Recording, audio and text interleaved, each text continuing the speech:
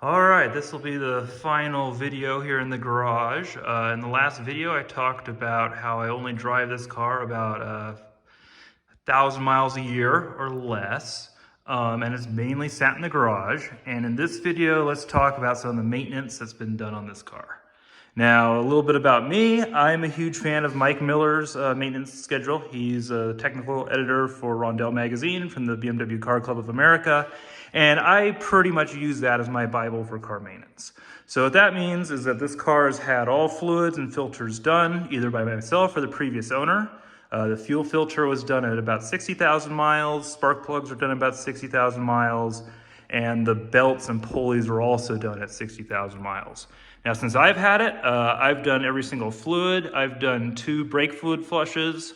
I've only done 1 oil change, and we can talk about why I've done that, but I've only done 1 oil change with a Liquimoly 5W30. I've done a coolant flush. I've done a transmission fluid flush, and I just love the way the Getrag transmission shifted. So I didn't put in red line or anything like that. I sprung for the expensive Unicorn Tears transmission fluid from BMW. I did the differential fluid.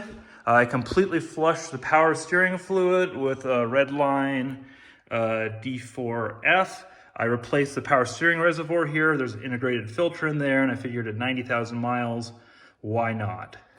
So those of you that are, shopping for E46s or any engine with the M54, you probably know that the biggest Achilles heel of this engine is the plastic cooling system.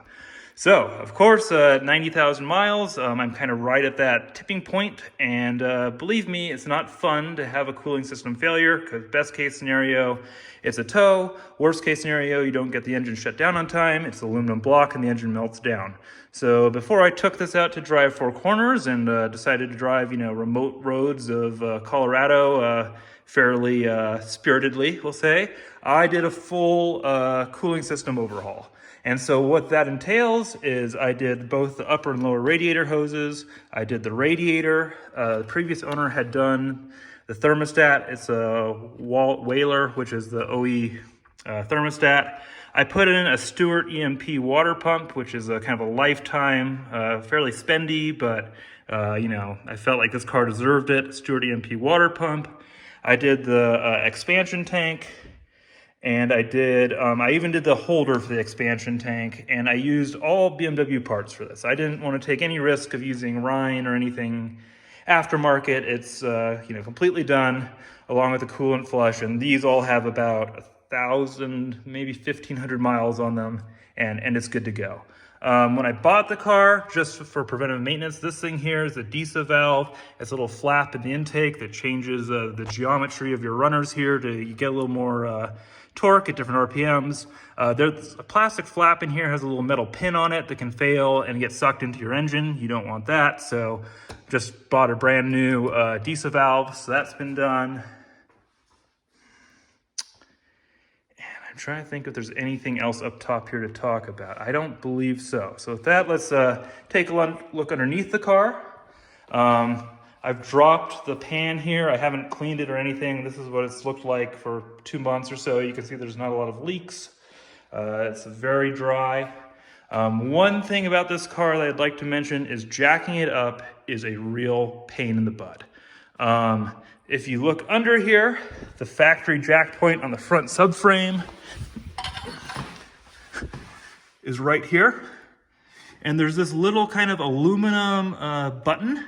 And you can always tell if someone's put a floor jack right here, because this just gets completely smashed. And I did not want to be the person to pop this thing.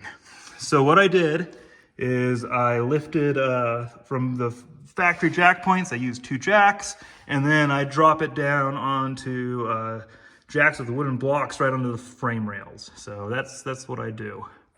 If we take a look under here, you can see the bottom of the engine is extremely dry. I mean, there's no oil leaks or seeps or anything of the type.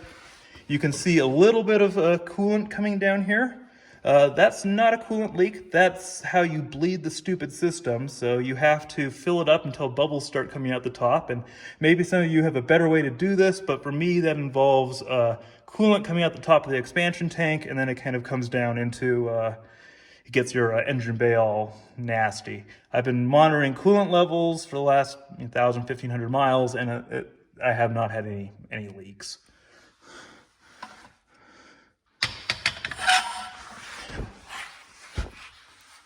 Moving on here is the Getrag 6-speed transmission.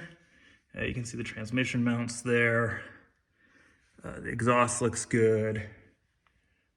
Really, for being driven in Colorado, there's almost no corrosion on the underbody of this car.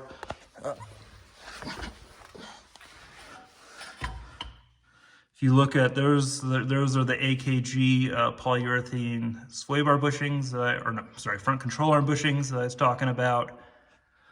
This has the original shock still. Still probably have a little bit of life left at 90,000 miles. I mean, it still drives and handles fantastically. If you wanted to be a little OCD about your suspension, you could probably change those out now if you wanted. But for me, I just kept them as is, and I enjoy the way it drives. One thing to note is I noticed I'm missing the little trap door here that covers the oil filter or the oil drain plug. I will get that fixed before this goes live.